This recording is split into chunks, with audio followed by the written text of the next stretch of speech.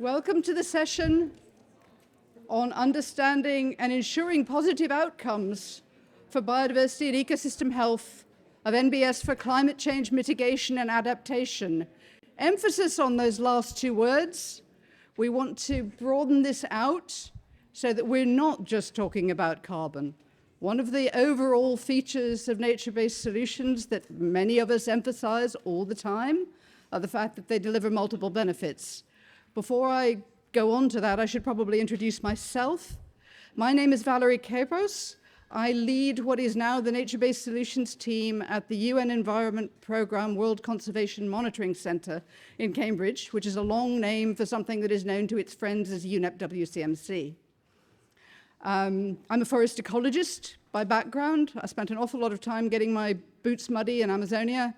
I haven't done that for a couple of decades. I've also now reached the stage where you will see me do this a lot because I can't focus on two different distances at once. But having not got my boots dirty for a long time, I have been working in the space that has been nature-based solutions since before it was called nature-based solutions. For a very long time, we've spent lots of time talking about the relationship between biodiversity and ecosystem services and climate change. We've talked about nature's contributions to people in the context of IPBES. What we want to do today is we want to talk about nature-based solutions and how they relate to, we hope, positive impacts for biodiversity. It's in the definition. Pick a definition, any definition, IUCN, UNEA, guidelines, criteria. All of them say that we should be thinking that nature-based solutions should be delivering positive outcomes for biodiversity. But do they? That's one of the things that we want to discuss here. And how do we know? And I think something that will come up repeatedly through the 5 speakers that we have this afternoon is thinking about how do we assess benefits? How do we look at them? Biodiversity is interesting. You can't talk about tons of biodiversity, right? It's non-fungible. Somebody's got something about non-fungible tokens up there. Biodiversity is the ultimate non-fungible commodity. It's place-based. It's distinctive. How do we develop a perspective on what nature-based solutions deliver for biodiversity? How do we assess whether we're doing them as well as possible? In the introduction to the whole conference, Nat wanted us to focus very much on how we do NbS. And part of how we do NbS is assessing how we're doing. So what do we know about the impacts that NbS have for biodiversity? How do we assess them? And that in itself is a challenge, not just for monitoring, but also for the questions that we're being asked constantly in international discussions about what NbS can contribute collectively. It's quite easy to add up tons of carbon. It's really quite hard to add up biodiversity impacts. So it'd be really interesting to get everybody in this room and online thinking about that. We've got 5 speakers lined up today, and we're hoping to leave quite a lot of time for discussion. Our first 3 speakers are online. And if I can introduce first Robin Chazdon. Robin is a professor of tropical forest restoration at the wonderfully named University of the Sunshine Coast. I really wish I could work there. And Robin has also a really well-deserved and very well-established reputation on everything to do with forest restoration, particularly in the tropics, but more broadly. And I'd like her to start talking to us about what I've just realized the only thing I didn't write down was talk titles. So I'm hoping, Robin, that you'll introduce your own talk title and look forward to hearing from you. Thank you very much, Valerie. I'm going to be giving a bit of an overview with my presentation to sort of address the theme of how to achieve multiple benefits from nature-based solutions. And I added the word equitably here because that really is an underlying theme in my presentation. Our planet is, as you all know, is facing many emergencies, and it appears as if we are really in a crisis mode regarding how to deal with these emergencies. And when you're facing major problems like this, there are really two main approaches that can be taken. What we usually see is a reactive approach. This is sort of in response to a crisis. There's a need for an immediate short-term actions to resolve the crisis. Expediency is prominent, paramount. And in order to achieve that expediency, there's often a lack of broad engagement. We've got to get out there and do stuff, let the experts figure it out. Let's act and then think about what we're doing. On the other hand, we can sit back a bit and take a more proactive approach to solving problems. And this is what I'm going to be advocating in my presentation, that we need to have a deliberate approach, one that is planned, one that has a long-term horizon with the planning and is based on fundamental principles, not based on expediency, that engages a diverse set of actors and that follows the dictum of thinking first and then acting. So I have 4 key messages that I wanted to relate to you. The first is that nature-based solutions need to mitigate damage, of course, but they also need to address the key drivers of the environmental and social problems that led to the damage in the first place. Most of the emphasis in the literature so far has really been on the potential to achieve outcomes and showing, what nature-based solutions can do, rather than showing in explicit ways how we can implement interventions in ways that do equitably deliver multiple benefits. The benefits for nature may conflict with the benefits for people and for particular groups of people. And that's important to understand. It may not be possible to achieve win-win everywhere. And finally, achieving multiple benefits requires holistic planning, proactive measures, as I just mentioned, and an understanding of the key drivers and trade-offs. These are essential as part of the toolkit for the proactive approach. So I'm probably not the only one saying this, but mitigation, of course, is essential, but it is not a complete solution. And the framing of nature-based solutions are really as solutions for addressing problems such as biodiversity loss, habitat loss and fragmentation, excessive greenhouse emissions, and inadequate storage of greenhouse gases, of carbon, and flooding, runoff, and sedimentation. These are huge problems that nature-based solutions can directly resolve. But we often don't look at the drivers of what is causing these problems in the first place. And one driver is very much the conversion of natural ecosystems to agriculture, probably the single most important driver of habitat destruction in the tropical world, at least. And when we look at these drivers, for example, in this study by Curtis et al., they're not uniform across the world. So we can't use a single solution or approach to resolve these problems because they have different origins.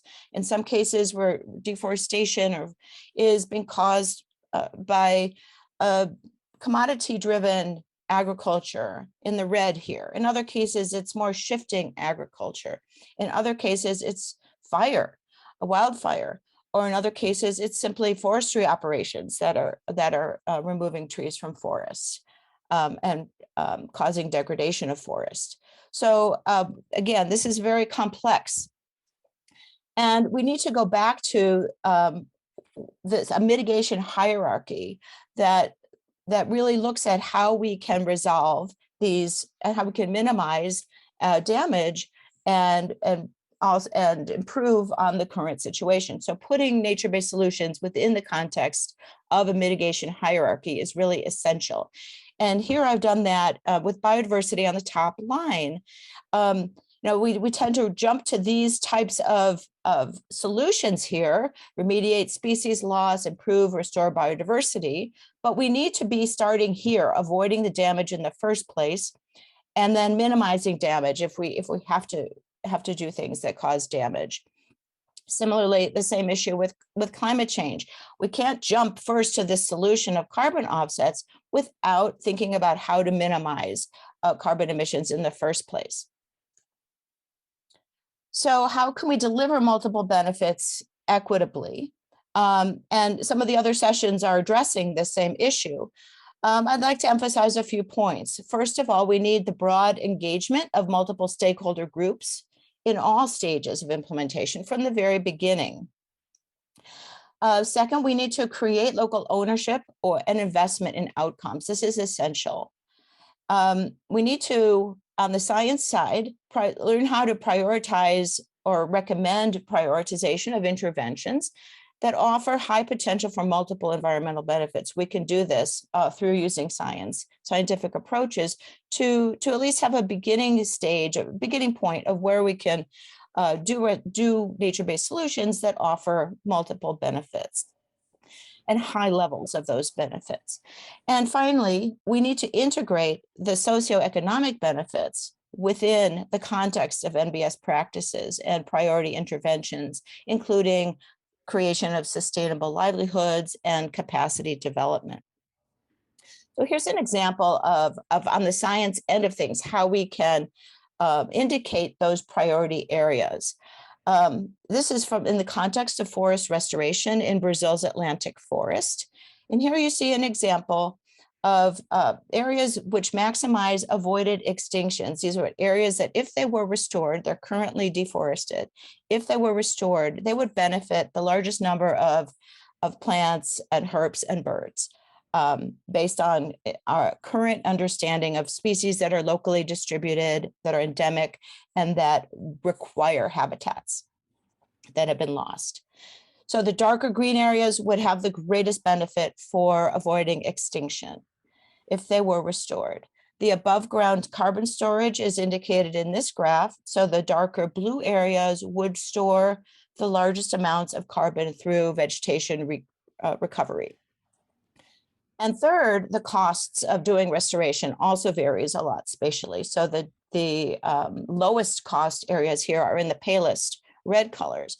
So these are three different important considerations for restoration. And in this study by Strasberg et al., we looked at how these can be simultaneously optimized. And that requires understanding these trade-offs and understanding what are the specific locations where you can optimize more than one benefit, in this case, carbon storage and avoided extinctions. And the curves also take into account cost effectiveness. This lower curve is the more cost-effective set of curves. And it turns out that this solution, number 6, is a compromise solution that can give high benefits for carbon storage, high benefits for avoided extinction at a lower cost. And this is where those locations are on a map. So this would be our compromise scenario, and we could go out and see what is the feasibility of restoring areas in these particular locations. So we don't have to start with a blank slate. And these benefits are much, much higher, more than 8 times higher than if you randomly assign your restoration just to reach a target, for example. And it's really essential to view nature-based solutions as an opportunity to contribute to the economy and of the region and livelihood opportunities, because this is a way to mainstream nature-based solutions. And here are, on this paper, they talked about 3 main pathways. One is investing in climate resilient local industry, another in productive landscapes that are climate resilient, and a third in conservation investments, and through using payments for ecosystem services to increase incomes of farmers and communities. So there are multiple ways in which we can view nature-based solutions as an economic engine for local communities as well. Here is an example of how multiple benefits are being achieved through essentially a grassroots organization called the Jeffreytown Farmers Organization in Jamaica, who work to educate farmers on alternative energy, sustainable agriculture. They focused on restoration, on growing fruit-bearing trees, food security for local people. The incomes of people in the community improved. They had a more diversified set of livelihood activities, including livestock, cultivation of different crops, agroforestry. They had a new health facility established that met the local needs, and they engaged the youth in the community through a radio station. So they really focused on engaging the community and building capacity. And this is a very effective approach based on grassroots organizations, peers teaching peers, raising capacity, and looking forward to how can we improve everyone's life while also establishing nature-based solutions. So it's important that we consider different types of benefits as well when we talk about multiple benefits. We can have direct benefits, but we can also have indirect benefits that are also often called co-benefits.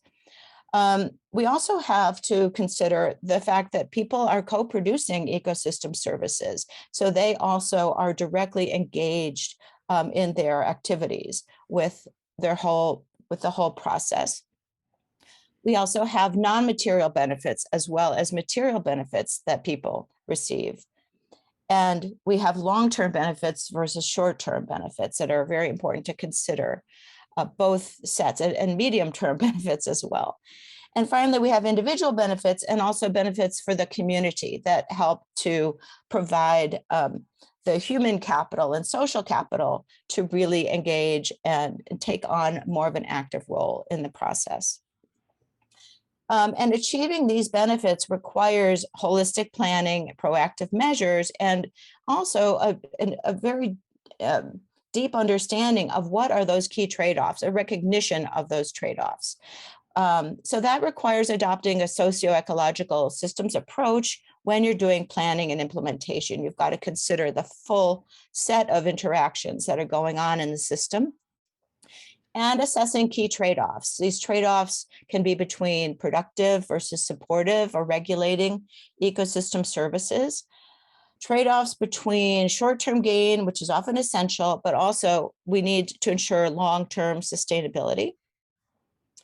And there are trade-offs between carbon storage versus biodiversity conservation. Those are not always aligned in the same locations. And trade-offs between what kinds of species are used, particularly with restoration activities or other kinds of reforestation, native versus non-native species, and what role they can each play. And essential trade-offs also between the stakeholders on the ground who are being engaged and affected by what's happening in their landscape, and the stockholders who are influencing corporate policies. This is an example of a socio-ecological system. For those of you who aren't familiar with that term, here we have the ecosystem, which is controlling the flow of services for people. And here we have the socioeconomic system, which is influencing the use and management of those ecosystem services. And this is where the nature-based solutions come in terms of helping to modulate and continue this flow, but also have prudent use and management so that the cycle continues. So again, we need to really understand what is going on that's causing the problems in the first place, what is driving environmental degradation and species loss. And that means evaluating the scale of those drivers, whether they're local, national, or global in scale, or all of the above. Understanding the nature of those drivers. Are they mostly coming from social problems, economic drivers, or political drivers? What are the existing policies and how can they be aligned in ways that help to reduce those drivers and provide incentives for conservation or other measures? And we need to address the issue of governance and corruption. It's sort of the elephant in the room in many cases. And if these issues are not resolved, we're not going to get very far in having effective nature-based solutions. And that includes addressing political issues such as political oppression and marginalization, as well as efforts to repress efforts by local communities. So this is a typology of different types of ecosystem nature-based solutions, ranging from those that maximize delivery of ecosystem services to those that focus more on management or restoration, and those that involve creating an entirely new ecosystem or modified ecosystem. And these also have particular benefits and trade-offs. So these types of nature-based solutions that really are enhance or protect natural ecosystems are the ones that most benefit biodiversity conservation. Those that are focused more on management or restoration can benefit commercial production of timber or agricultural products. So they're more on the production side of things. And those efforts that create or modify new ecosystems are the ones that may be best suited for reducing disaster risk, creating jobs, and also the ones that require the greatest investment. And talking about investment, nature-based solutions, including restoration, create jobs, and they can create good jobs for people in many, many aspects of both the supply chain and the market chain and other ways. And this is a recent study that looked at how many jobs restoration can generate in Brazil, in different regions of Brazil. And in the Southeast, which has the largest concentration of population, we have the largest number of jobs. But this scenario shows that even if you reach only 50% of Brazil's restoration target, restoration could potentially create 2.5 million jobs. So it can really be a driver of the economy. And that's an important way to think about it. So in conclusion, aside from the direct benefits for mitigating and adapting to climate change, well-planned interventions that are really based on local community activities and involve local communities can offer benefits for conserving native biodiversity, for climate adaptation, disaster risk reduction, food security, and social justice. And in order to really reach those multiple goals, we need to adopt practices that enhance all of the capitals, not just natural capital, social capital, financial capital, human capital as well. And through these practices, nature-based solutions can truly address multiple planetary crises and chart a course toward a sustainable and resilient future. So thank you so much. Does anyone have questions of clarification for Robin? I want to hold discussion until later, but if there was anything that needs clarifying. Otherwise, we'll move on to our next speaker, Dr. Celia Harvey. Celia has been working on nature-based or natural climate solutions probably as long as I have, or nearly, but has been working particularly on the adaptation side more recently. And she's going to address questions of how we scale up some of these solutions. So we are going to focus on adaptation. Forget carbon, guys. We're going to focus on adaptation briefly. And we might or might not even have tyranny of trees. I'm not sure. We'll see what she has to say. But Celia has been working independently for a whole range of organizations most recently. Previously, she was Vice President for Natural Climate Solutions for Conservation International, wealth of experience, and she's going to talk to us about the role of nature-based solutions in climate resilience, and very particularly what some of our options are for scaling up the use of ecosystem-based adaptation. Go ahead, Celia. Good. Well, good afternoon to everyone, and thank you very much for the invitation to be here. As Val said, my name is Celia Harvey, and I'm joining you today from the cloud forest in Monteverde, Costa Rica. And what I'd like to do is explore with you how do we scale up the use of ecosystem-based adaptation in order to help put the world on a more climate resilient, nature positive pathway. So just to ensure we're all on the same page, when we talk about ecosystem-based adaptation, which is the same thing as nature-based solutions for adaptation, we're talking about the conservation, restoration, and sustainable management of ecosystems as part of a broader strategy to help people adapt to climate change. And there are obviously two ways in which EBA can help people adapt to climate change. First, by protecting communities from the effects of climate hazards, such as heat waves or storms or flooding. So think of mangroves protecting coasts. Or secondly, by delivering key ecosystem services that help people meet their diverse needs in a changing climate. So think of restoration of riparian forests to ensure water provision under changing climate. Now, as we've heard throughout this conference, EBA is gaining a lot of attention and traction among policymakers, donors, investors, and practitioners, and that's for many reasons. We've heard it can deliver a wide and diverse set of adaptation benefits. It can provide co-benefits, including biodiversity conservation, climate change mitigation, sustainable jobs, and much more. And very importantly, EPA is relevant to almost all of the key economic sectors. So agriculture, forestry, transportation, infrastructure, energy, and more. And it can be applied across diverse ecosystems, different settings, different socioeconomic contexts. Yet, despite the fact that there's broad recognition that EPA is critical for global adaptation efforts, the current pace and scale of EPA still is insufficient and falls far short of its potential. The total number of EPA projects globally is still small, and we don't have a nice database of all the data of all the projects that are being done, but the databases that do exist suggest that the projects number in the hundreds or low thousands, but certainly not in the hundreds of thousands of projects we probably need. In addition, we know there's a funding gap. There's very little money being allocated to EPA. A report by WRI found that less than 2% of international climate finance is being invested in EPA. And we know that most of the investment is public sector. There's very little private sector investment, though it's increasing slowly. So in short, we see there is scope for EPA to play a much greater role in global adaptation efforts. So we need to figure out, what do we need to do?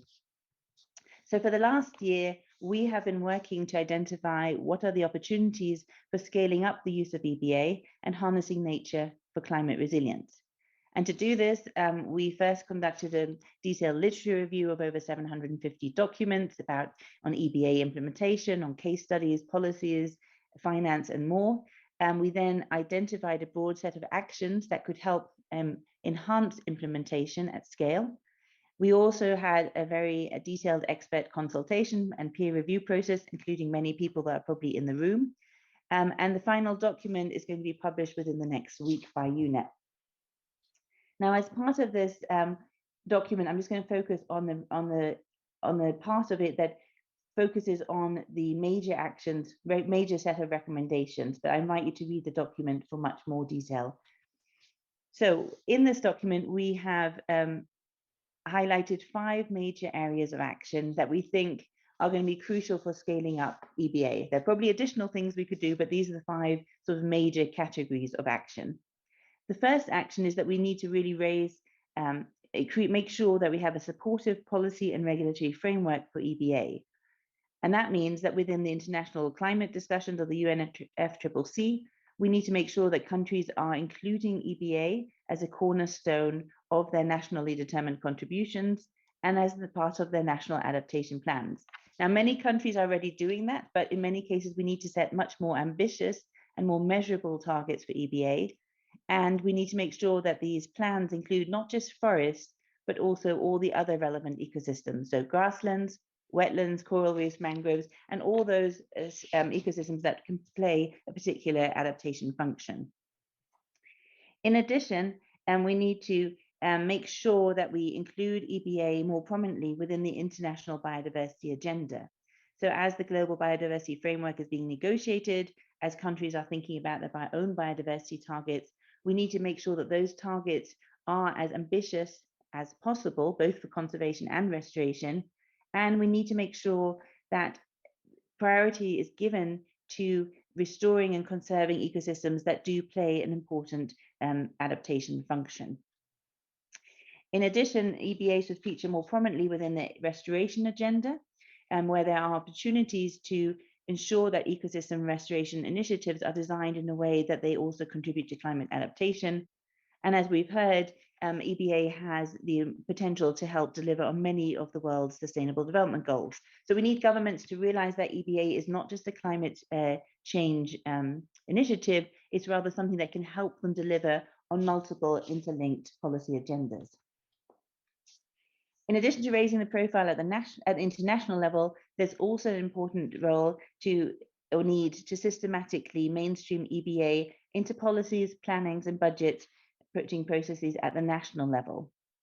So to scale up EPA, we're going to need to integrate EPA initiatives, again, not just into climate and environmental sectors, but also into the agriculture sector, water, health, energy, transportation, and infrastructure, because in all of those sectors, the conservation, restoration, and sustainable management of ecosystems can help enhance the resilience of those specific sectors.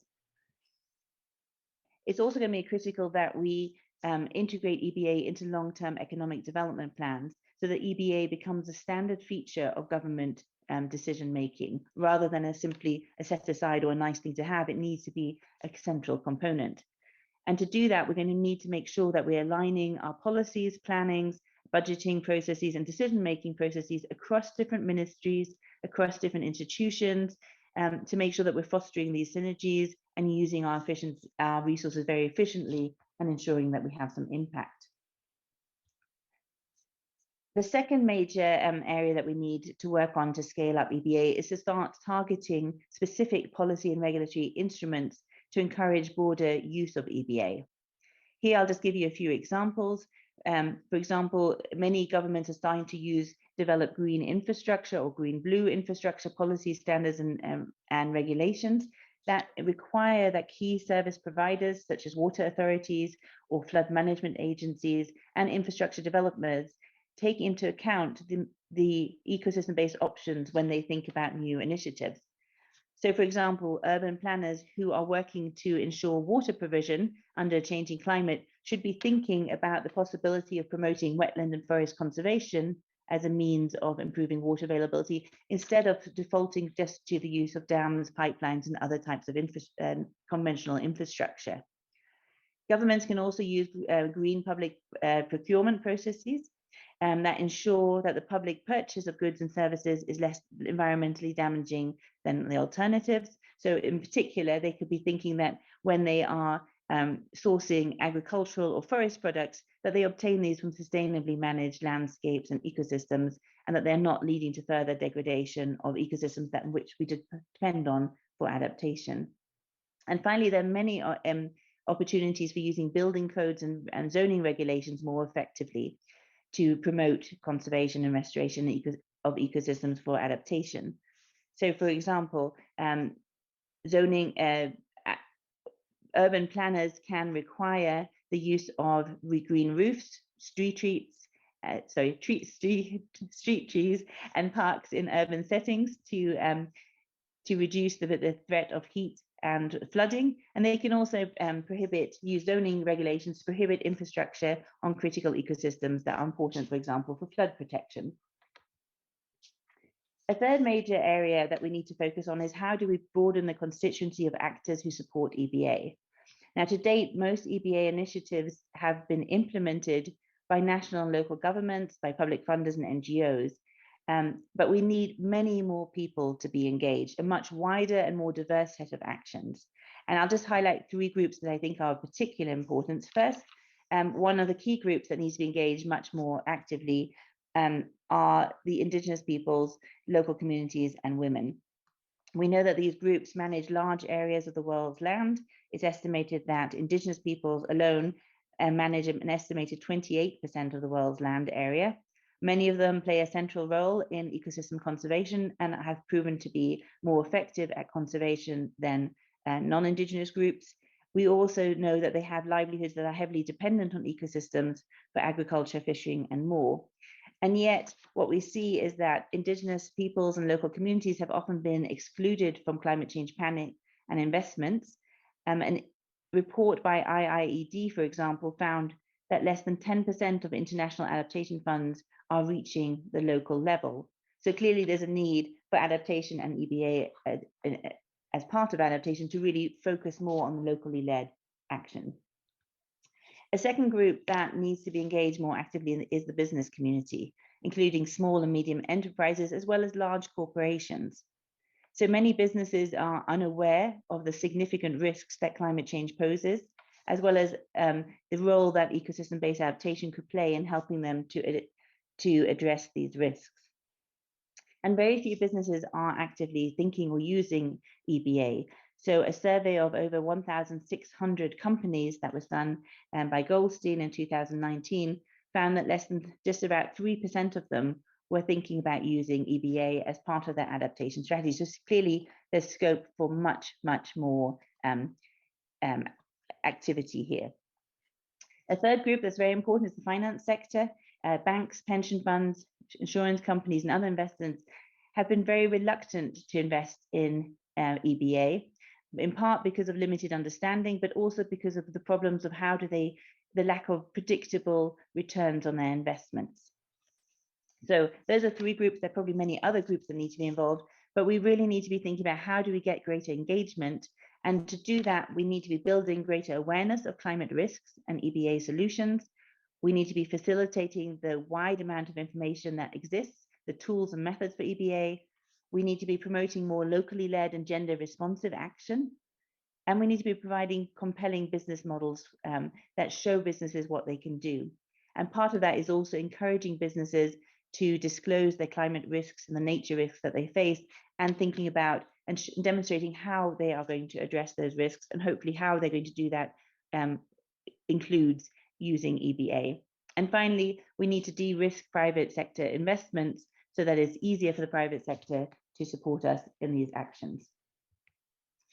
And the fourth major area of work for scaling up EBA is to deploy more innovative means for scaling up finance. This is an area where there's a lot of work going on, and I'm sure we'll hear more about it in the conference. But there are here just a few examples. There's great interest on the use of green bonds and resilience bonds, in which bonds are being used to generate finance for restoration or conservation projects that help people adapt to climate change. So, for example, Fiji has recently released its sovereign green bond, which supports adaptation measures, including conservation and restoration of forests and coastal communities, coastal areas. There's also great interest in the use of debt for nature and debt for climate swaps, in which the debtor nation makes payments to finance climate action or nature conservation in return for debt relief. And a nice example of that is a recent initiative in the Seychelles, where there's a debt for nature and climate adaptation swap ongoing, which is very much focused around using marine ecosystems for adaptation benefits. And finally, over the last year or so, where we've seen countries put in millions and billions of dollars into COVID stimulus and recovery funds, those funds could be targeted towards ecosystem-based initiatives that not only enhance the resilience of communities, but also create jobs and contribute to economic development. Though, unfortunately, in many cases, this opportunity is being missed. I wanted to also highlight the very important role of the insurance community, in that it can really play a key role in moving forward adaptation and stands to benefit from EBA tremendously. So the the insurance community can promote EBA by providing discounts to clients who use EBA to reduce their vulnerability to climate change. In the US, for example, FEMA, the Federal Emergency Management Agency, has a national flood insurance program that provides discounts to communities that conserve ecosystems to reduce flood risks, so rewarding communities that have taken action. The insurance community can also support EBA by creating innovative insurance mechanisms that support ecosystem conservation, such as the recent insurance of the Mesoamerican reef in the Yucatan Peninsula, which has been insured against hurricane damage to protect the region's tourism industry. And a final way that which the insurance community could help is by investing money directly in conservation and restoration. So in 2020, the insurance industry collected an estimated $6.3 trillion in premiums. And if we were to be successful at investing only a fraction of that in ecosystem conservation, restoration, and sustainable management, this would obviously greatly enhance both the financial and physical resilience of communities globally. The final set of recommendations that we have are for harnessing the power of nature for climate change adaptation is to be more specific about where we do EBA. Given that we don't have the funds and the manpower to do EBA everywhere where we could, let's prioritize EBA initiatives to the places where the benefits are the greatest. So we should be thinking about doing EBA in the places where the largest number of people will be positively impacted by having their vulnerability reduced or having their resiliency enhanced. And can we prioritize these initiatives, as Robin showed, so that they also deliver the greatest co-benefits, whether that's biodiversity conservation, climate change mitigation, or other goals. It's also very important to think about planning ecosystem-based adaptation using an integrated landscape management approach, so that we don't do these individual small short-term projects, but rather that we're thinking across the entire landscape, considering actions in the full suite of ecosystems present, thinking about the different land uses, the different stakeholder groups, and balancing climate adaptation goals with other goals. And while the priorities that for a ecosystem-based adaptation are going to vary from one place to another, depending on the climate risk, depending on also the adaptation needs of the local communities, there are going to be three contexts that we think where EBA is going to hold particular promise for delivering adaptation benefits at scale. These include low-lying cities that are threatened by heat waves and flooding, coastal zones that are vulnerable to storms and sea level rise, and agricultural landscapes that are critical for long-term food and water provision. So I'd like to leave you with a few concluding thoughts. First, in order to harness the potential of nature to build resilience to climate change, it's going to be critical that we significantly accelerate both the pace and scale of action. And this will require creating more supportive policy and regulatory frameworks, broadening the number of people who are supporting EBA, securing greater levels of private and public funding, and targeting EBA initiatives to the contexts where they can deliver the greatest benefits. Now, obviously, scaling up the use of EBA and other nature-based solutions is going to require significant effort, political will, financial resources, and action, and it's going to be challenging. This is not going to be short-term or easy or fast. However, the stakes are obviously worth it. The rapid and widespread deployment of EBA is going to be critical if we are to put the world on a more climate resilient and nature positive pathway. And thank you very much, and I invite you to look at this report when it comes out in the next week. Thank you.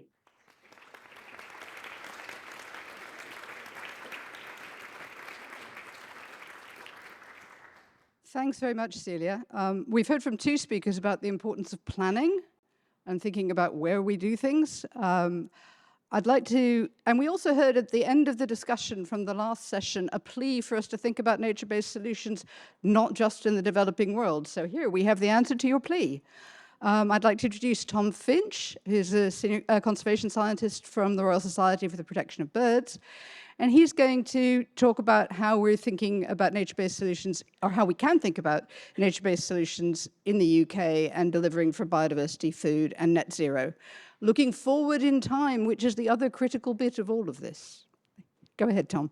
Thanks very much for having me and for your introduction. I'm going to be touching on some common themes that I think have come up today and yesterday. So things like the mitigation hierarchy, the necessity but insufficiency of nature-based solutions when it comes to tackling climate change.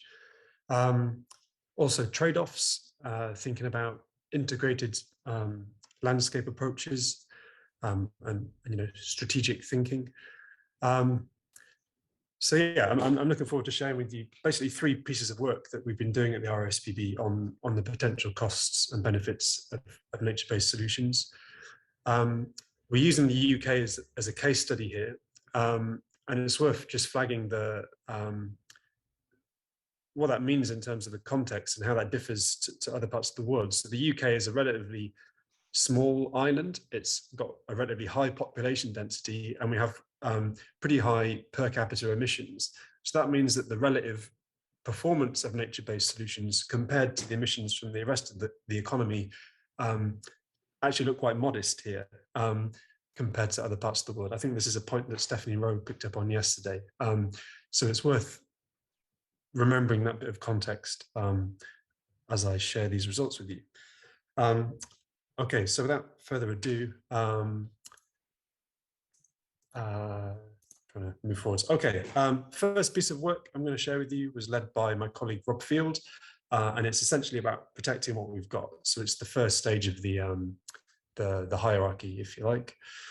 Rob did some mapping work to demonstrate that across the UK, what we call high conservation value habitats cover 5 million hectares, The topsoil and vegetation across these habitats contains 30% of the UK's terrestrial carbon store on just 20% of the UK's land. So these habitats punch above their weight in terms of storing carbon.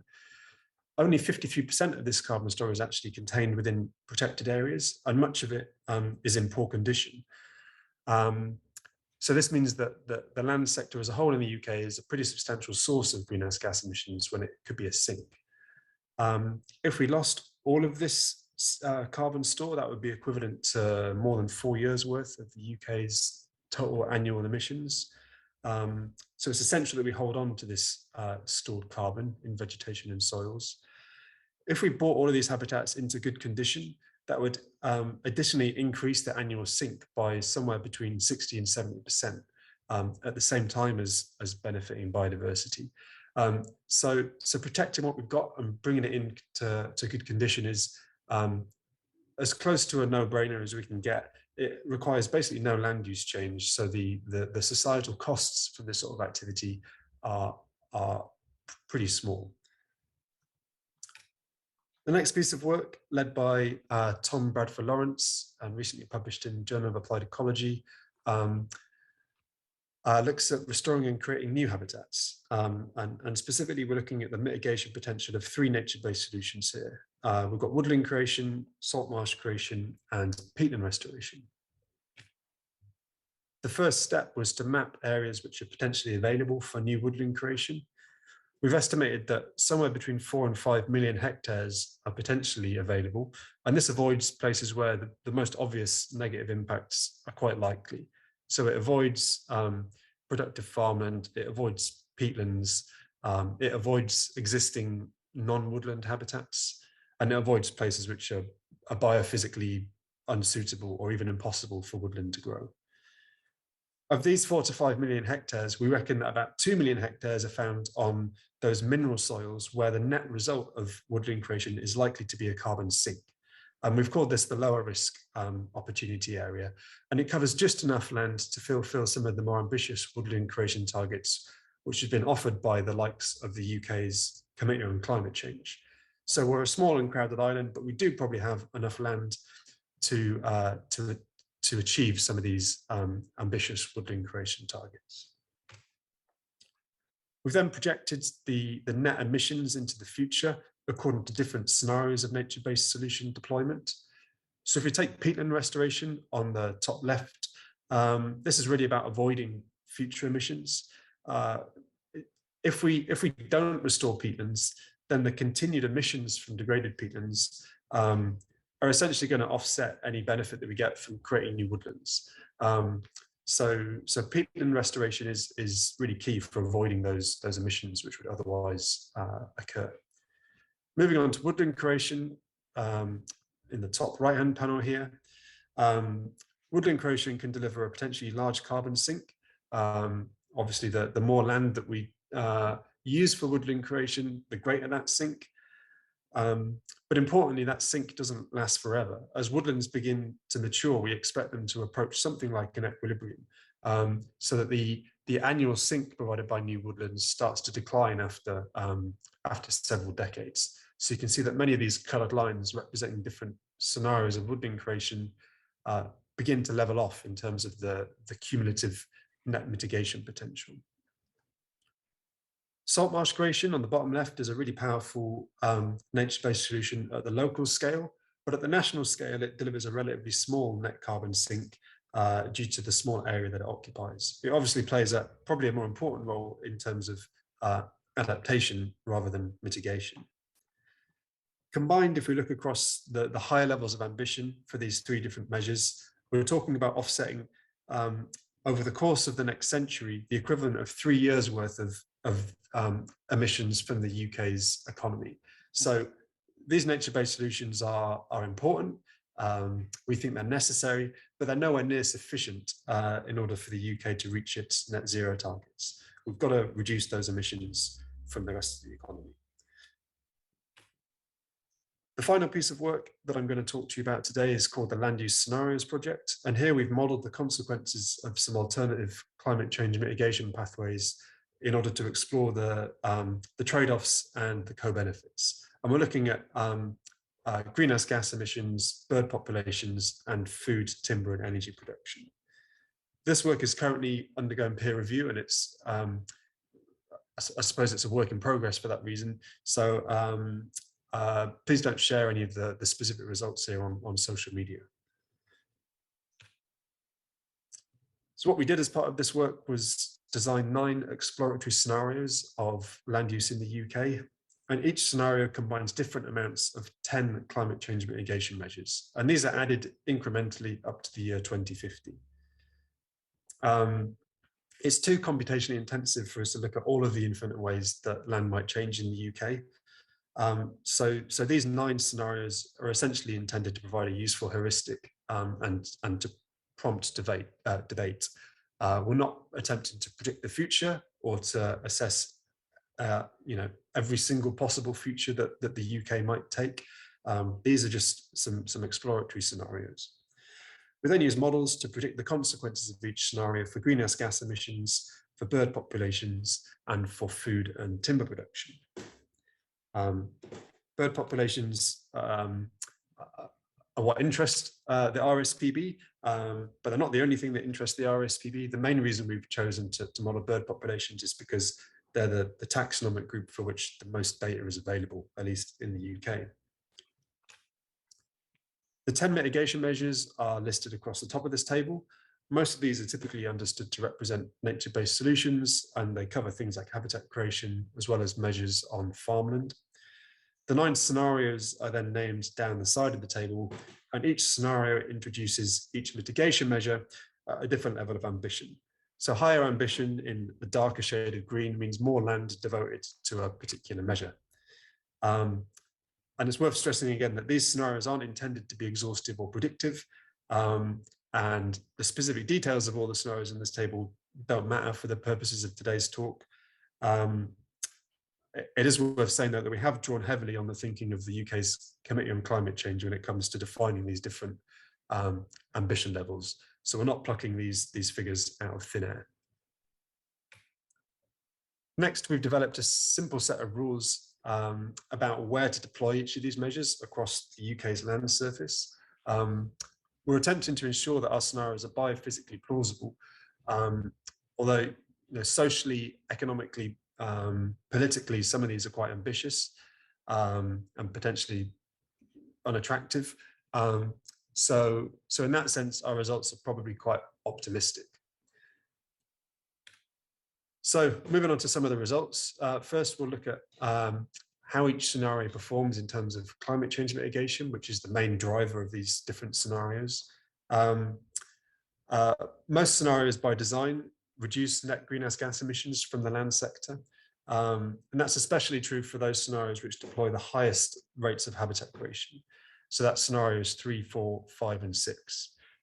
These best performing scenarios almost deliver a net zero land sector by 2050. That's represented by the vertical dashed line on the left-hand side of this graph. But it's worth flagging that these figures ignore emissions from fertilizer manufacture and from imported livestock feed, which despite being critical inputs to the UK agricultural industry, are typically accounted for elsewhere. Either they're attributed to a different country or to a different sector. And a further challenge arises when we project emissions beyond 2050.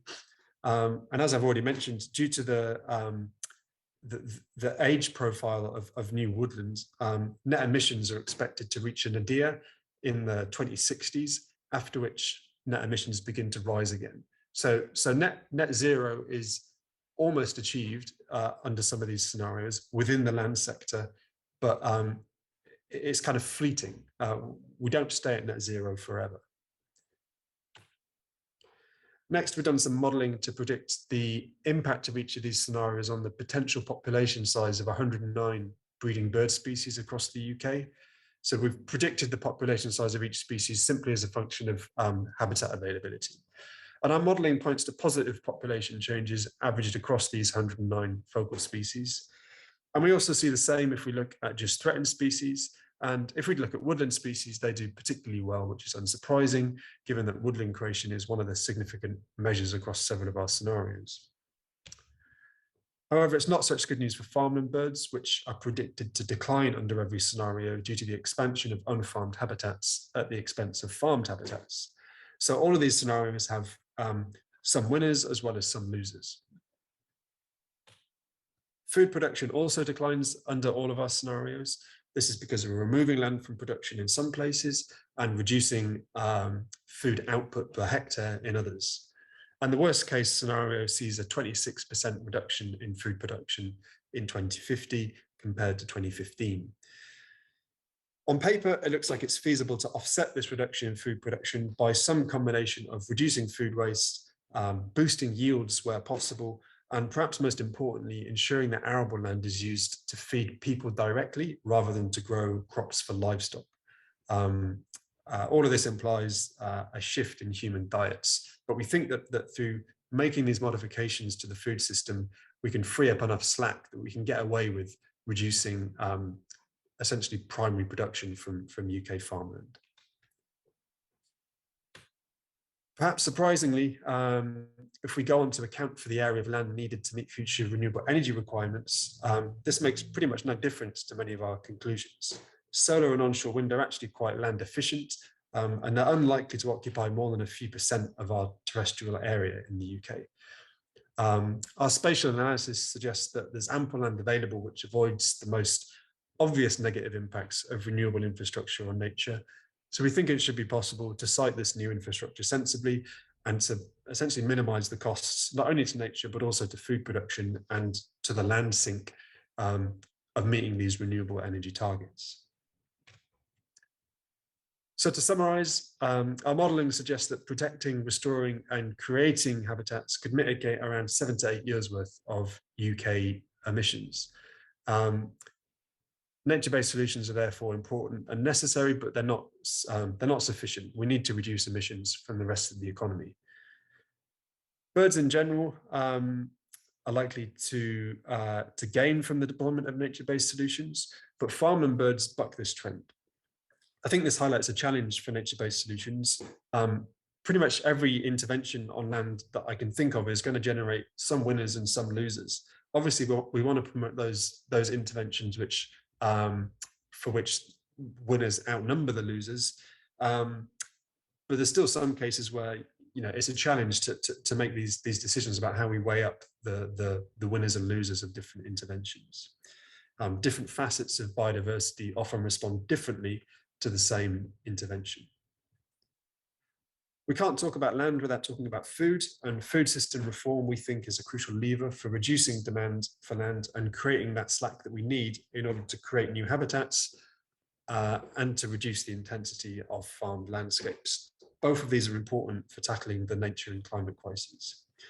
And finally, there's no single intervention or scenario that can achieve everything that we need. So the overall take-home message, I think, is that if we want to balance these competing objectives, some of which trade off against one another, we need to do it smartly. We need to have something like a strategic land use framework, which ensures that we get the benefits that we want whilst minimizing those costs. So with that, I will thank you for listening and look forward to the discussion.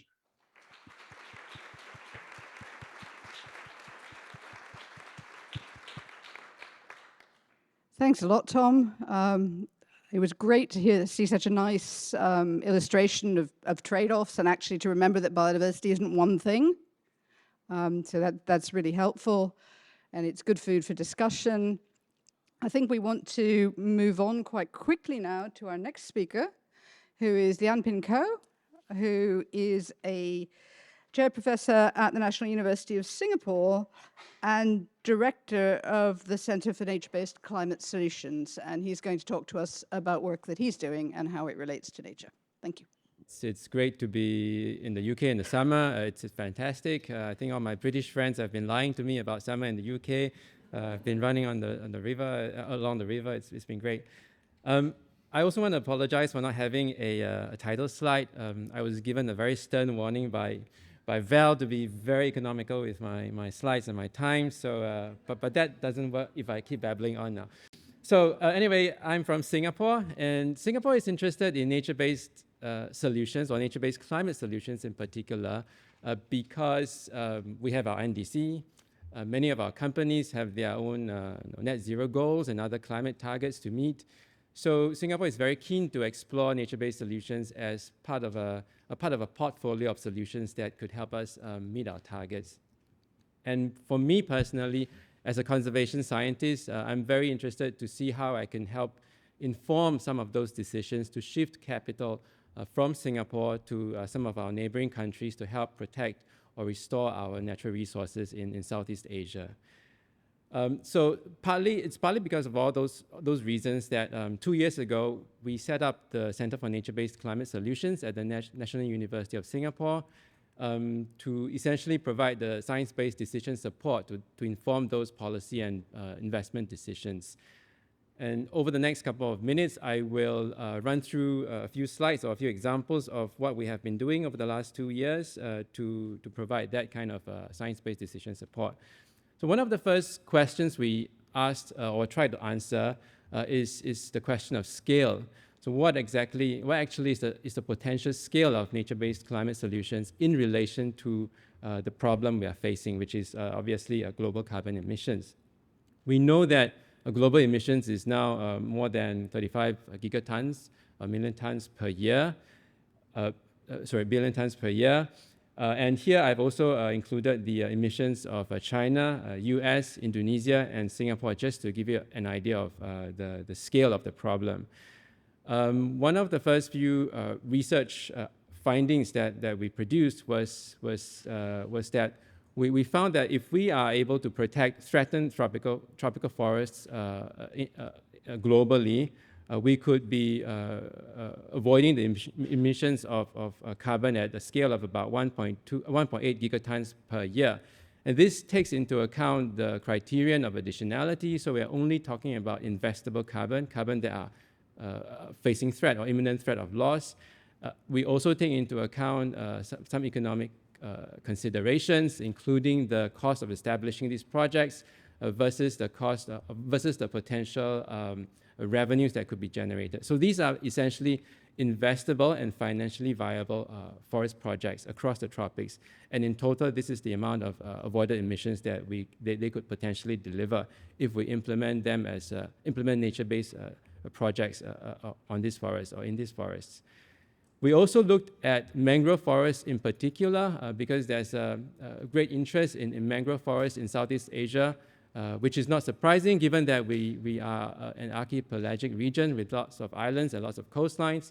So there are still lots of intact but threatened coastal ecosystems that could be protected through nature-based projects, as well as opportunities for restoring the degraded systems. So looking just at mangrove forests or blue carbon, we found that there could be around 30 million megatons of CO2 per year that could be emissions that could be avoided if we implement protection projects globally for these mangrove forests. But that is not all. We also looked into urban projects because obviously Singapore is a highly urbanized country. We looked at cities across the world, at about 7,600 cities, in fact, and we found that within these cities, there are quite a lot of green spaces that are currently unused and available that could potentially be reforested. And the reforestation of these green spaces across these 7,600 cities around the world could potentially sequester carbon at the scale of about 80 megatons per year. So this series of the first few projects that we invested in gave us an idea of the scale of NCS as a solution versus the scale of the problem that we are facing. But for many policymakers and decision makers, it's not enough just to understand the scale. We also need to know where the potential lies. So we also produced, and actually those research that I mentioned earlier are all spatially explicit research projects. The analysis were all spatially explicit. And because of that, we were also able to produce what we call a green carbon prospecting map, or essentially a carbon prospecting map. And this tells us where in the world could we be investing in the protection of these forests to deliver both carbon and biodiversity benefits.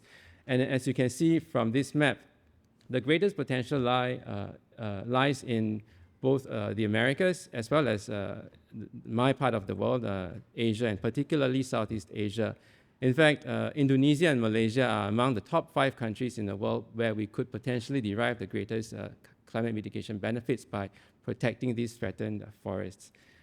I don't know if you can see clearly. Oh. Okay, in the next couple of slides, I will show you something that's even more interesting from a conservation perspective. So this is the green carbon prospecting map. Secondly, we also produce a blue carbon prospecting map. So this follows the blue carbon or the mangrove work that I mentioned earlier as well.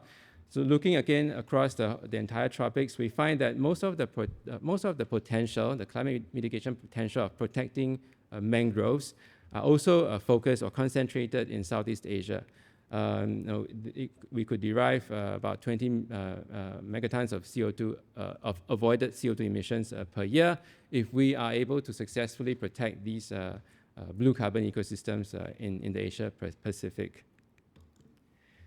And this is the map for the urban context. So what could we deliver in terms of sequestering carbon if we were to reforest the green spaces in those 7,600 cities around the world?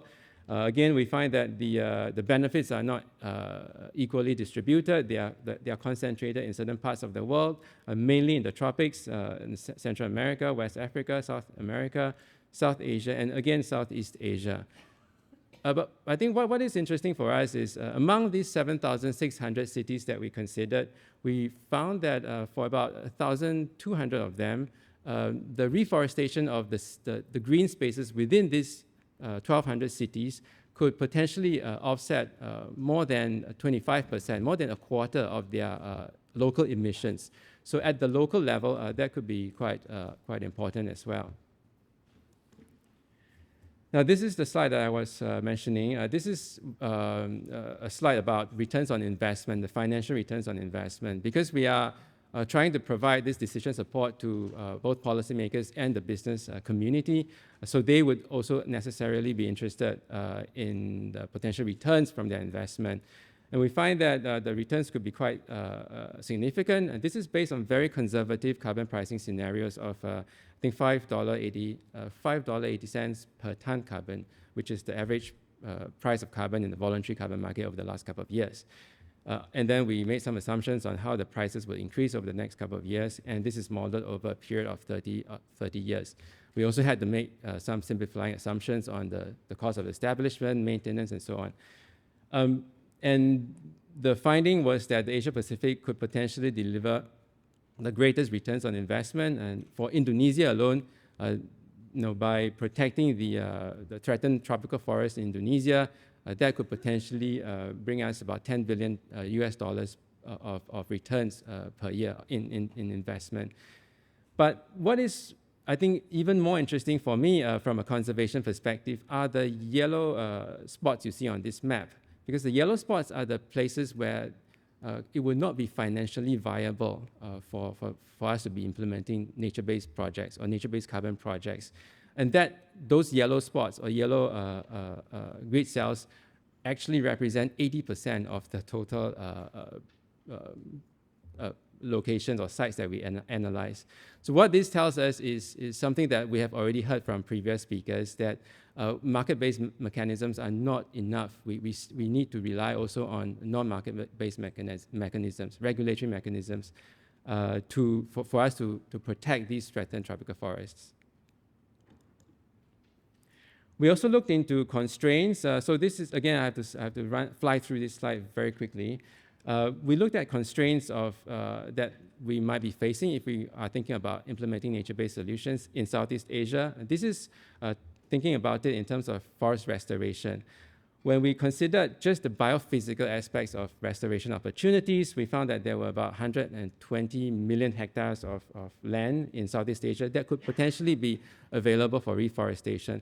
But as we start to consider the other constraints, the land use, other competing land uses, the financial, the opportunity costs, the operational considerations, like where would we be getting propagules, the manpower, the labor force, and so on, we very quickly find that the actual potential could be just a fraction, literally just a fraction of the unconstrained potential. So this is just to make the point that we need to be thinking about these other constraints and considerations when we're thinking about implementing nature-based solutions. This is a slide about co-benefits. We also layered other pieces of information on our study of Southeast Asia.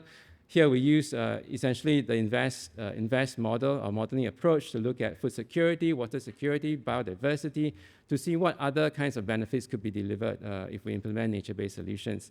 I won't go into the details, but what is interesting here is if you look at those set of graphs at the bottom panel, it's also telling us that if carbon prices increase, or if we are able to fetch a higher price for the carbon we are selling to the market, then more of those services could be delivered, which is obvious, but it's good to see them quantitatively through a research project like that. We are also trying to digitalize a lot of these different pieces of information. So in the next part of our research program of the next couple of years, we will be compiling this information and building a dashboard like this one that you're looking at, which is still a prototype. So essentially, it's compiling those information and allowing the users to really define the areas of their interest and to input their own assumptions, their carbon prices, their assumptions on the establishment costs, the maintenance costs of the projects, and then very easily coming up with sort of a ballpark idea of the amount of investable, financially viable carbon credits that could be generated from that particular polygon or area of interest, and also the potential financial returns on investment, and also the different layers of co-benefits that could be important considerations for the policy and business communities. So this is something we're actively working on, and we are reaching out to many partners around the world, and particularly across the tropics, to help bring together the different pieces of information that we need to make this a successful project. And also, finally, just 10 seconds, just a plug for my center. So this is our Center for Nature-Based Climate Solutions. We have quite a diverse set of core expertise on carbon markets, a lot on climate modeling and data science, on remote sensing and geospatial science, and so on and so forth. We have these different areas of strategic research focus. And our staff and students work on a variety of projects, some not directly relevant to carbon markets and carbon trading, but all related to nature-based climate solutions. So happy to follow up these discussions with you offline after this session. Thank you very much.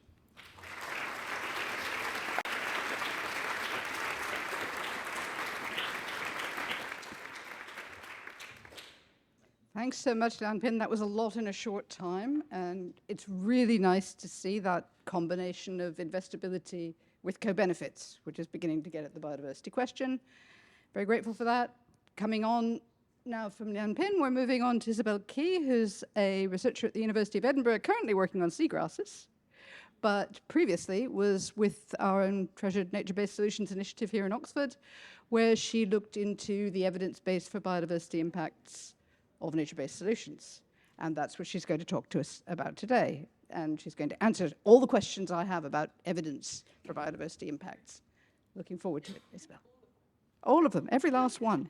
No pressure. Yeah, here's my seagrass. So yeah, as Val said, I'm currently doing a PhD at Edinburgh University looking at the biodiversity of seagrass meadows in Scotland, particularly looking at how seagrass supports charismatic species such as birds, otters, and seals. So I had this up just to give you a bit of a calm moment looking at the sea, which I think you probably need at this point in the afternoon. But yeah, until about a year ago, I was working at the Nature-Based Solutions Initiative here in Oxford, and it's work that I started here that I want to talk to you about today. So as Val said in her introduction, we know that nature-based solutions are supposed to support healthy, thriving ecosystems, but what actually is the evidence for this happening in practice?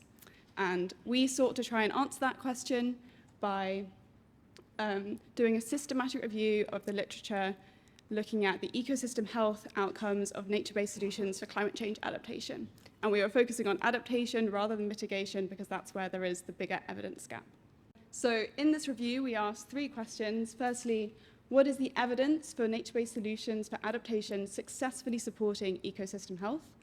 Secondly, how have effects of ecosystem health been assessed? And thirdly, how can we improve these assessments of ecosystem health? And you might be wondering why I'm using the term ecosystem health instead of biodiversity.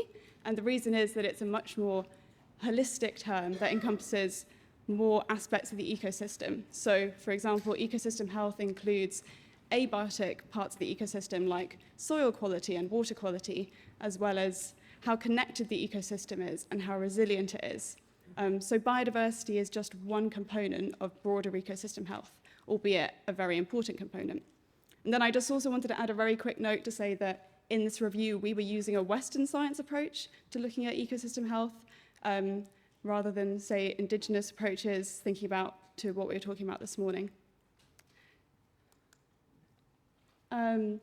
So what was our approach specifically? We collected 80 peer-reviewed papers, each of which contained at least one intervention in nature which addressed at least one impact of climate change. And those interventions were very varied. They ranged from, for example, creation of artificial oyster reefs which protect coastlines, right to natural regeneration of forests on land. And those interventions had the potential to be nature-based solutions, but they may not necessarily have realized that in practice. For each of these interventions, we categorized the outcomes in terms of ecosystem health. How were they measured? And was it a positive outcome or a negative outcome? So now I'll go through some of our key findings. First of all, we found that 88% of interventions that had positive that had positive adaptation outcomes also had positive ecosystem health outcomes. And you can see that from this heat map that the darkest square is the one where there's a positive outcome for both adaptation and ecosystem health. So that's really good news, first of all, that it was common for us to get win-wins between adaptation and ecosystem health, at least reported by these studies. And then diving a little bit deeper into that, we looked specifically at species richness, so that's the number of species found to be present in an ecosystem. And we conducted a meta-analysis that found that of the studies that reported species richness, the interventions had led to an average 67% increase in species richness. But as you can see from this graph, there was clearly a lot of variation, and some of them were going down, some of them were going up. So the green lines are statistically significant increases in species richness, and the red lines are statistically significant decreases. So I said there were commonly win-wins reported, but all the study had to do to be counted as having a benefit for ecosystem health was to report at least one positive outcome for ecosystem health. But as I mentioned before, ecosystem health is a very complex topic with lots of different elements to it. So just because they reported a positive outcome for one thing doesn't necessarily mean there weren't other things going on which weren't so good, perhaps. So next I'm going to show you, there we go, the elements of ecosystem health that the studies actually looked at. So each rectangle in this diagram, the area of it is proportional to the number of outcomes for a given type of metric. So the larger boxes, which are all the same color, are a broader category of metric. The smaller boxes are a more narrow type of metric. So you can clearly see from this that the biggest rectangle is the biomass rectangle on the left, and within that you've got habitat density, habitat extent, actual biomass of plants or whatever they were measuring. And then the second biggest box is diversity. And most of those measures of diversity were taxonomic, so for example, the number of species, but some of them were functional, some of them were habitat diversity. Meanwhile, there are other really important elements of ecosystem health that just really didn't come up in the papers we were looking at much at all. So for example, fragmentation, here this little green one, was only reported in 5 outcomes, and recovery rate, which is a proxy for the resilience of an ecosystem, was only reported 4 times. And genetic diversity, which is really important in turn for the resilience of an ecosystem, wasn't reported at all across all the studies. Okay, and next I want to have a little look at how many different elements of ecosystem health were people reporting on. This top graph shows that 58% of interventions use just 1 or 2 outcome types, so metrics. And that is potentially problematic because, as I was saying before, if you show, you might have a positive outcome for species richness, for example, but there might be a negative outcome for something else that you've just missed. But obviously not all ecosystem health metrics are made equal. Some of them might be quite good indicators of the overall ecosystem health. Other ones might not be quite so good. And then this is supported by the graph below, which shows that 37% of interventions use just 1 metric category. So that's the larger boxes on the slide before. So for example, you might have had an intervention which had 4 or 5 or 6 ecosystem health outcomes, like different metrics, but if they were all measures of biomass or they were all measures of diversity, then it's still just one covering one like broad element of ecosystem health. And then I just wanted to highlight 2 more key limitations that popped out at us when we were doing this study. The first was that there was a really strong taxonomic bias towards plants. So 50% of interventions only had evidence for plants. And of course, having more trees doesn't necessarily mean you have more birds or fungi or whatever. And the last thing is that there was a great lack of attention to the suitability of species to ecosystems. So only 57% of 57% of outcomes did not distinguish between native and non-native species. And non-native species, as we all know, can become invasive and cause huge problems. So we need to at least know whether there were some there and whether they might have posed a threat. Now I just wanted to wrap up with some ideas of how we can potentially improve our assessments of ecosystem health. And I think this is really important, firstly because it allows us to better understand whether we're actually achieving what we're saying we're achieving with nature-based solutions. Are we actually benefiting the ecosystem? And secondly, it will enhance the effectiveness of the ecosystem for providing other societal benefits in the long term. Because if you've got a more biodiverse ecosystem, it's going to be, on average, it's not going to be true in every circumstance, but it will be more resilient to shocks from climate change and provide your climate change mitigation, your climate change adaptation that you really want. And of course, you can't measure everything. I'm saying it's so multidimensional ecosystem health, but it's impractical to measure everything, and every project is going to have to make its own decisions about what aspects they want to focus on, and that's going to depend on the ecosystem, what type of intervention it is, who's making those decisions and what their priorities are, and how many resources you have available, etc. But I'll just walk you through these. So number 1 is, as a rule of thumb, maybe aim for at least 3 types of metric of ecosystem health. So it's been shown that structural, taxonomic, and functional metrics can approximate quite well, if you use one of each of them, the variation in an ecosystem. Number 2 is think about using indicators of health that are specific to your ecosystem. So there are lots of indicators of ecosystem health which are bring together different metrics, which could be more efficient to measure. And you can look them up, and they're always being developed. But one example is that structural heterogeneity has been shown to be quite a good indicator of the success of natural forest regeneration.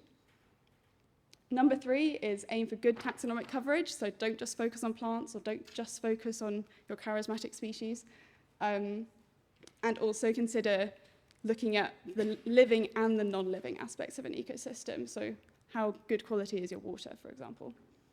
Number 4, record if species are non-native and whether they may pose a risk to the ecosystem. Number 5, ensure that local communities inform your choices of metric.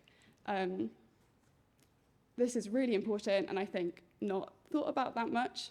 And as one example, it's been shown by a few studies that for marine protected areas, your sort of average person in the general public thinks that the priority is to have benefits for charismatic species like whales and dolphins, whereas other stakeholders might think that commercial fish species are more important. And linked to that, consider using traditional and indigenous knowledge when you're measuring your outcomes. So as I said, I've focused on almost entirely Western science system of measuring ecosystem health or assessing it. But depending on what context you're working in, it might be completely inappropriate to do that, or it might be you should use different types of metrics together. They can complement each other. Number 7 is, I think there's a great opportunity for standardizing approaches to assessing ecosystem health across comparable NbS, whether that's in a particular region or across the globe. And that can help us learn how to improve how we implement NbS to get good outcomes for biodiversity and allow us to do that much quicker. And linked to that, clearly a good opportunity for citizen science, given that nature-based solutions are meant to be community-led. And finally, great chance for developing assessment tools that assess ecosystem health. Sorry. Developing assessment tools that, I've lost the track, that make it easier to assess ecosystem health more accurately, and they can be tailored to who's going to be using those tools and which ecosystem you're in, etc.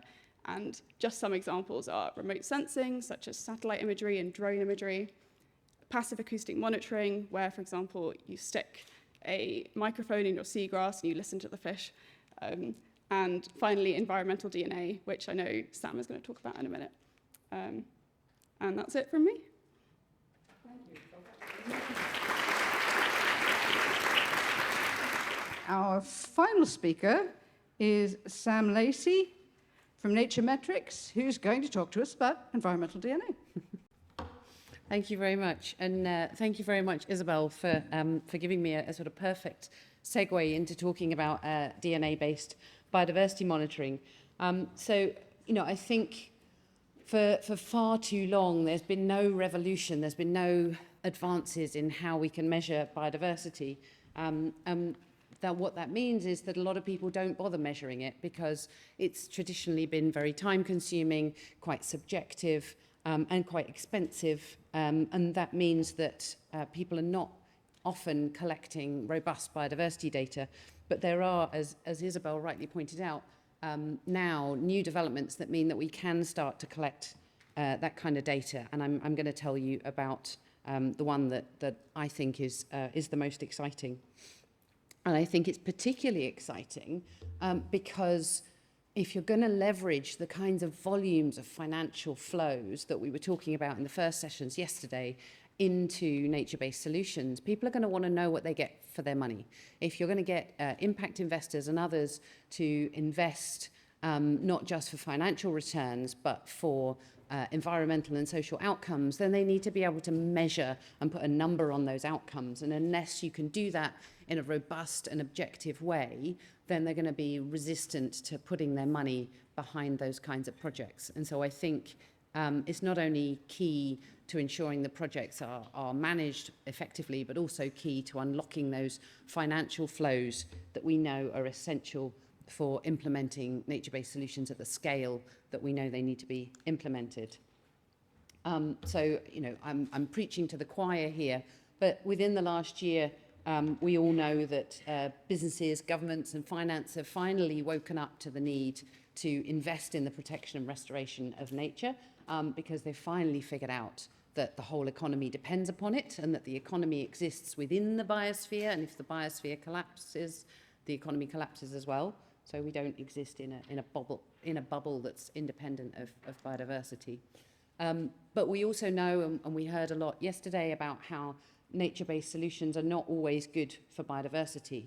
And so what we need now is a way of separating the wheat from the chaff, of differentiating nature-based solutions that are good for nature from those that are not.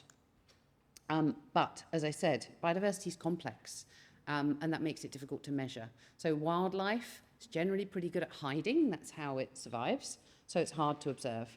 And the small things that underpin the functioning of ecosystems are pretty hard to identify. But it is that biodiversity, and as Isabel pointed out, really the diversity of the system that underpins its function, and really importantly in the context of climate change, its resilience. Because if we're using nature-based solutions, as we heard earlier, to solve climate adaptation, then we need that system to be sufficiently robust that it can adapt as the climate changes. Otherwise, our nature-based solutions won't survive.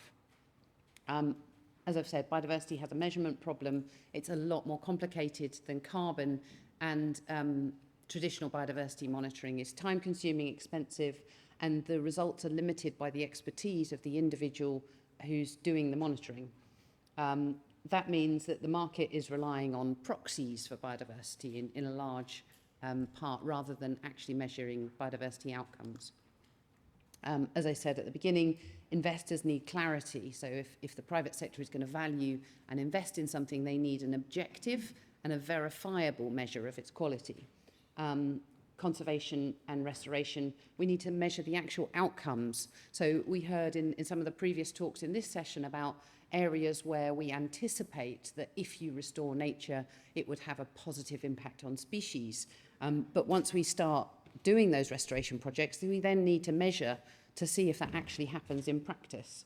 And biodiversity, because of its complexity, is a big data problem, and we need to convert that complexity into something simple and meaningful, rather than just avoiding it altogether. Very, very briefly, if we look specifically at the carbon standards, they're beginning to integrate biodiversity. Some of them are just trying to provide evidence that biodiversity isn't being damaged, rather than trying to articulate how nature-based solutions might be benefiting biodiversity. Some of the better ones are trying to articulate the benefits for biodiversity, but for example, Vera specifically highlight, try not to use monitoring techniques that are dependent on the expertise of the individual, so they're not going to be replicable year on year and so on. And EDNA addresses some of those limitations. So why is EDNA transformational? It's comprehensive. So in one sample that you can take, you capture data on everything from bacteria right the way up to blue whales, from microbes to megafauna. It's scalable because it's cost effective, and because anybody can collect a sample. We've sent school children out on the same sampling trick as our founder, and they get the same results. So that means that you can engage local communities in the collection of biodiversity data. And it's objective. So it's because everybody gets the same results when they take samples at the same time.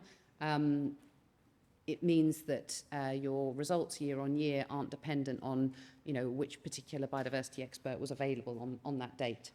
And they're also verifiable, so the results could be reanalyzed by somebody else, the samples could be re-extracted, and so on. So what is it? So basically, any living thing that, I'll use water as an example, but there are other ways of collecting it, that either wades in the water, catches something in the water, drinks from water, defecates near the water, small parts of their body get washed into the water.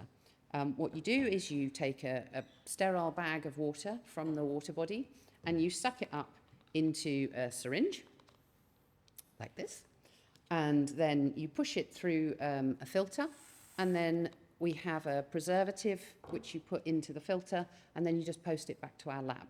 In our lab, we extract the DNA from here, we sequence it, and then we compare it to a database of sort of sequence fingerprints for different species to tell you what species have been in that water body.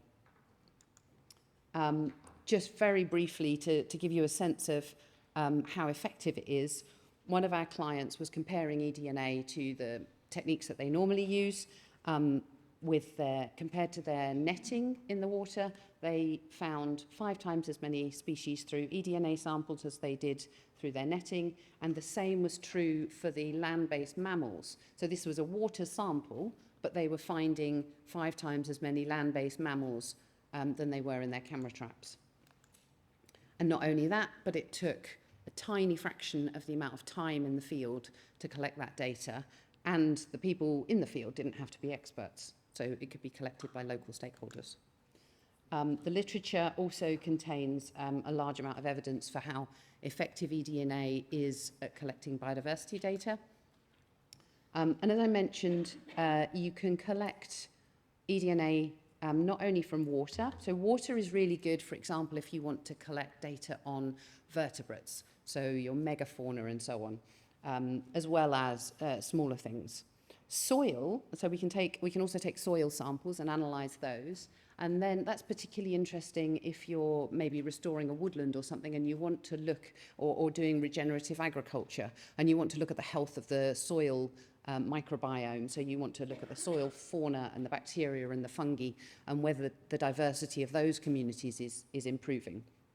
We can also analyze insect samples. So if you've got a malaise trap or a pitfall trap, then you can send the insects back to us and we basically mash them up and sequence their DNA, and we can tell you not only what insects are in the sample, but if, for example, you're collecting lots of mosquitoes or leeches, you can also look at what they've been eating, so what mammals they've been feeding off. So in summary, eDNA enables you to move from proxies for biodiversity, such as area of land protected or number of trees replanted, to objective, verifiable biodiversity data that is possible to obtain affordably at scale. It enables you to measure complexity and then simplify it rather than bypassing it, because what gets measured gets managed, and what gets managed can be invested in. Just very briefly to summarize the different ways you can use eDNA in a monitoring system. So if you've got an existing monitoring system that maybe focuses on habitat quality, such as the biodiversity net gain legislation in the UK, you could enhance that by adding species data to correlate the measures of habitat quality with the species present. You can also, if you are using proxies, use eDNA to calibrate them. So, you know, if you're using Earth observation data to look at quality of forest, then you can check, you know, the areas that you're categorizing as high quality, do they actually have more biodiversity in them than the areas that your Earth observation data is categorizing as lower quality. But you can also create new biodiversity metrics. So just to give you a little tantalizing sense of where we're going with this, if you're doing a restoration project, you've got your intervention site, which maybe is a grassland or a heavily degraded area, and you want to create a native, highly biodiverse woodland. How do you track the journey from one to the other?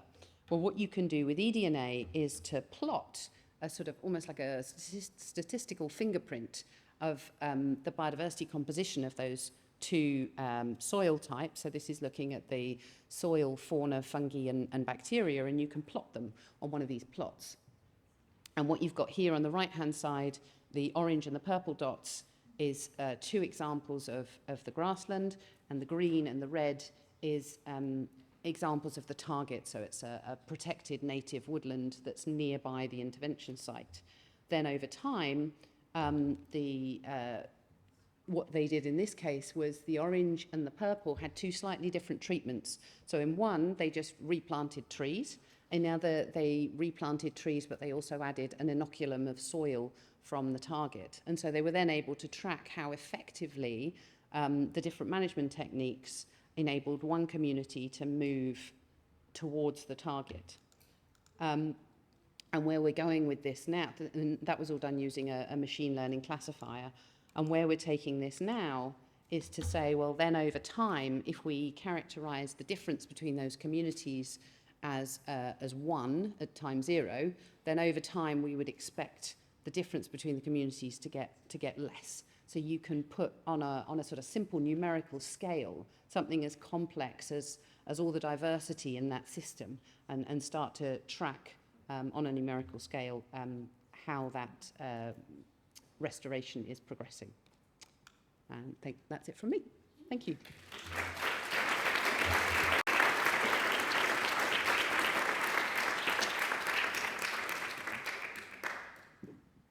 I've got lots of questions, but I'm not going to start. That's not Chair's prerogative. I thought, could we start in the room with a couple of questions and then move on to a couple that we've got online? First hand up was down here, second one in the back. For Tom Finch. First of all, thank you very much for the presentation. Really interesting to see those results or provisional results. On the woodland, the 2.5 million hectares potential new woodland, just wondering if you made any particular assumptions about the silvicultural regimes or the forest management objectives that would be likely, because I guess they would have quite potentially a large impact on sequestration and long-term storage of carbon. And also, if I can have a supplementary question, whether you thought about quantifying that would be potentially quite a large new domestic resource of fibre and timber, and whether you thought of quantifying the potential to displace fossil fuels and, say, steel and concrete from that resource. Thanks. Thanks for those questions. So we tested a few different assumptions about the types of woodland that would be established, and from having the majority of it as semi-natural native woodland versus the majority of it being sort of commercial woodland felled on a rotation. Those assumptions do make a difference to the overall pattern of sequestration, but the way we sort of think about it is that pretty much, I mean, assuming you don't put woodland in stupid places like blanket bogs, pretty much all woodland is good in terms of carbon balance. So rather than getting hung up on trying to find the optimum type of woodland from a carbon perspective, we think we should be thinking about the other benefits which you get alongside, and that could be biodiversity, and it should be biodiversity in a lot of places. It could be long-lived timber products, which help in terms of lengthening that carbon store essentially, but also, as you say, help displace more carbon-intensive construction materials. We didn't quantify the potential displacement of fossil fuels or cement or steel, but we could have done. Yeah, so good points. Thanks. Okay, thank you. We had one question right at the back, who's got the microphone now, and then one in the middle, and then we'll move to the online questions. Yeah, thank you everyone. Brilliant talks all. I'm going to, again, annoy Tom with a question. I was just wondering, like, we saw a lot about the sort of opportunity, like specifically in the UK, and where we may should be focusing our attention. And you see a lot about sort of talking about the green belt and those sort of classic conservation areas and sort of aesthetics and those sort of things. But aside, do we sort of have our policy a bit wrong at the moment in the UK about where we're focusing and sort of where we're putting our attention on where would make the most impact? I think we possibly do, because we're not yet doing it in a particularly strategic way. We're not targeting the incentives or the funding towards places where the benefits will be biggest and the costs lowest. It tends to be that the markets or the economy decides. So woodland gets created in the more marginal agricultural landscapes, which is probably good in terms of minimizing the opportunity cost for food production. But that's often where we find important non-woodland biodiversity. So there's an increasing conflict between woodland creation and breeding wading birds, for example. So I think we probably do have it wrong at the moment, and we could be more strategic about how we deploy these different interventions spatially. Obviously, there's a balance to be struck between top-down approaches to this and bottom-up approaches. But I think there's a balance that could be struck that would be better than what we currently have. Thank you, Tom. The next question in the room is there, and then we'll move to the online questions. Thanks very much. I might be going to be annoying for everybody, not just for Tom, so that could be useful. So I want to ask you a rather provocative question as a social scientist who works on the role of knowledge in policy and governance, to say, how much knowledge do you think we actually need to govern biodiversity and nature-based solutions well? Are we actually creating too much rather than not enough? Which will be, yes, see, provocative, told you. And particularly then, as a sort of follow-up to that, I'd like to ask, in your study on cities, the 7,600 cities, and working out whether nature-based solutions are feasible and investable, what kind of knowledge do we need to know about cities to know whether they are? Thank you. That was 2 for 1, and I think it might have been 10 for 1, given the first one. Can I turn to a volunteer from the panel, either online or not? Are we creating too much knowledge of biodiversity? Are we telling people more than they want to or need to know? I think I'm biased, but I think I'm going to fairly strongly argue that we're not. I think as we're starting to implement nature-based solutions, we know so little at the moment about the best ways to do it and the fastest ways to restore nature. And there is, you know, for the survival of us as a species and all the species on the planet, there's nothing more important than getting ecosystems up and functioning again as quickly and effectively as possible. And if we can collect knowledge about how to do that most effectively, because ecosystems are so complex that, you know, measuring proxies is never going to be adequate to really help us understand how those systems are functioning and how we can get them up and running again and restore them most quickly. So, you know, like with that graph I was showing just right at the very end, you know, is it worth translocating inocular soil to get a woodland functioning again quickly or not? You know, these are sort of management decisions that we need to know whether it's worth investing in. Can I add to that? Yeah, please do. So, I mean, I can see where you're coming from, because I think when you think about well, I don't know if this is where you're coming from, but this is where I imagine you might be coming from, that you think about the urgency of what we need to do, and in some ways, no, that's not where you're coming from. Okay. Does this knowledge change anything politically? Politically? The action happen, you need something to change politically, and I'm asking you, how important is the knowledge to change policy? I think even if you change policies, you need to know how to implement it on the ground, and without this, you'd implement it all wrong.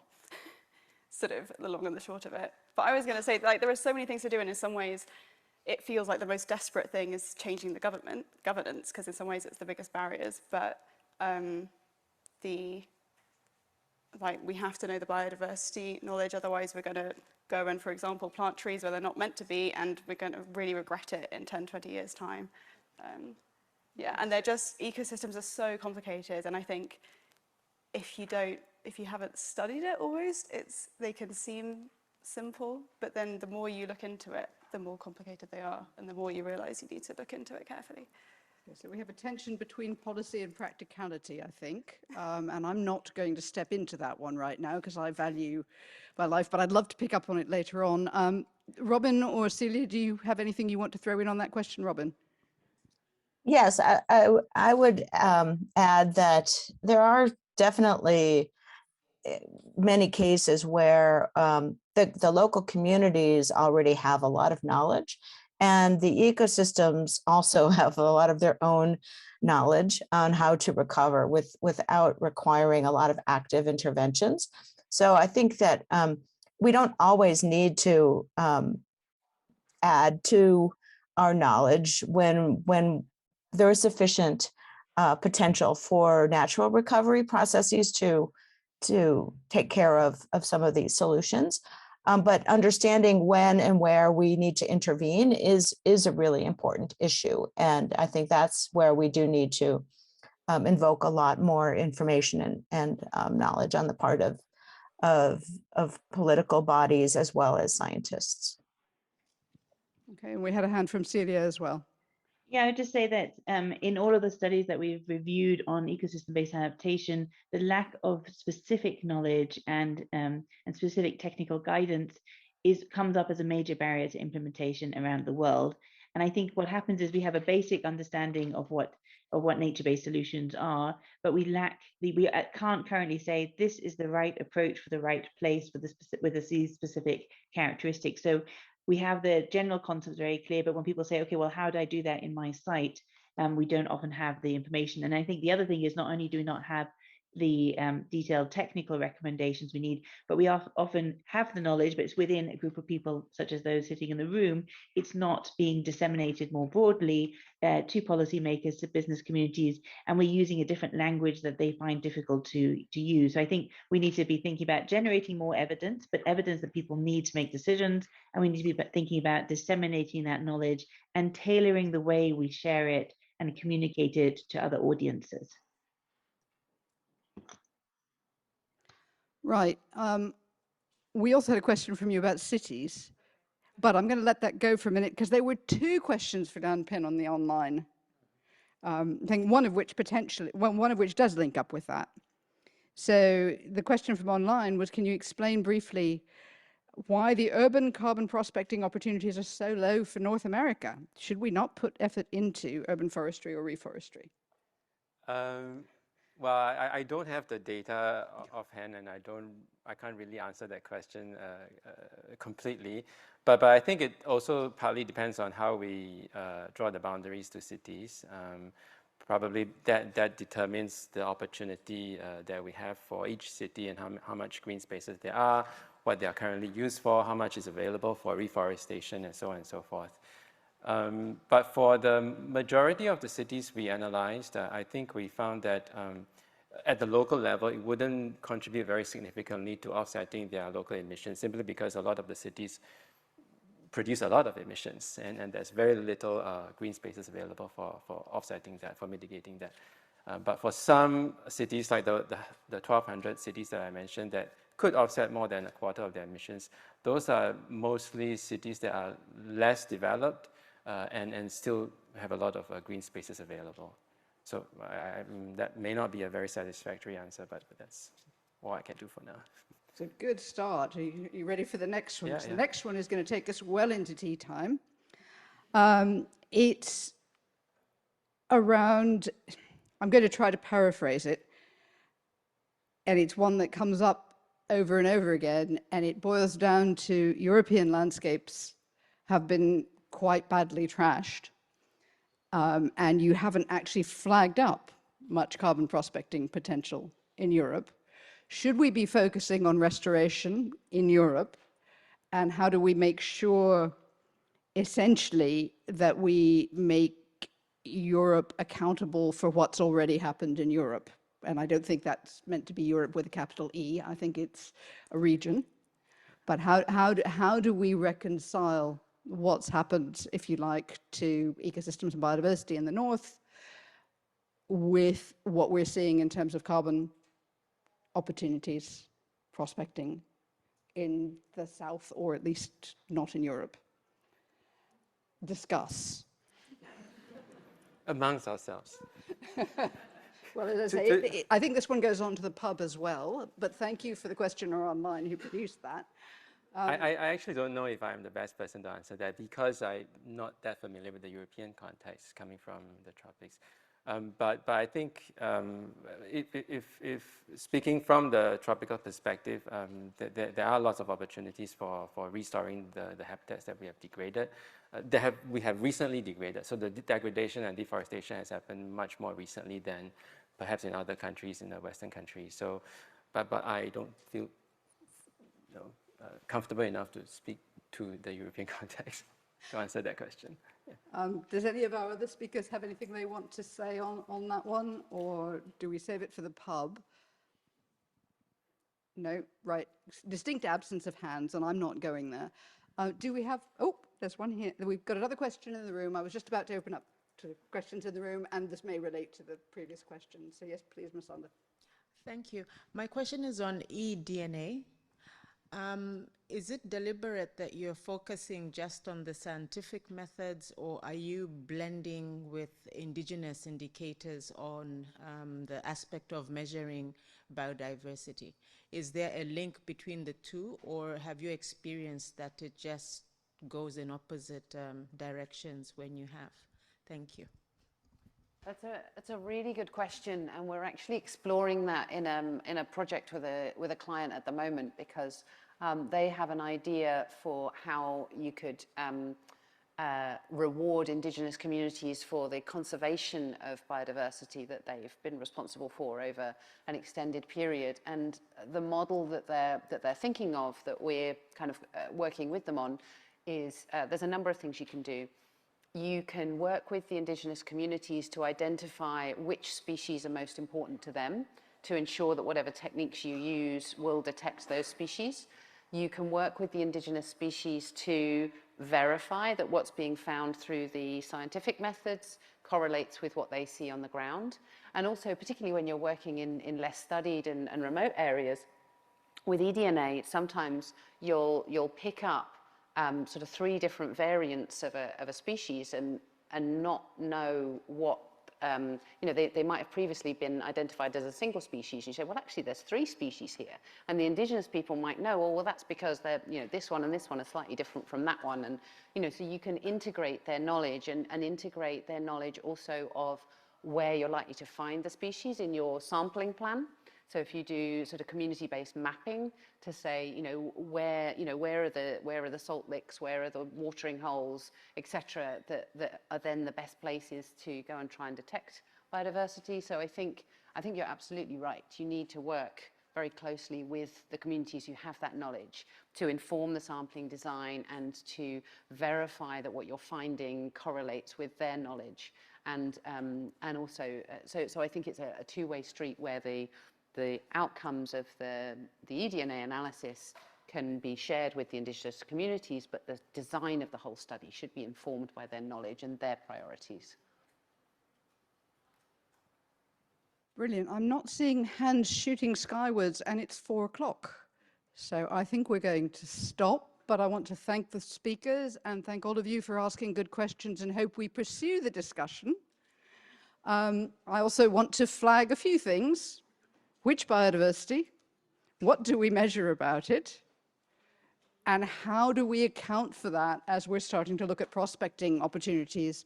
We've had themes of planning, of strategy, and of system-wide perspectives coming through from all the speakers. And I think that's a really strong message for us to take away as we start to think about how attention to biodiversity really needs to focus, possibly not in great detail, but how it needs to focus as we move forward with nature-based solutions. Thank you.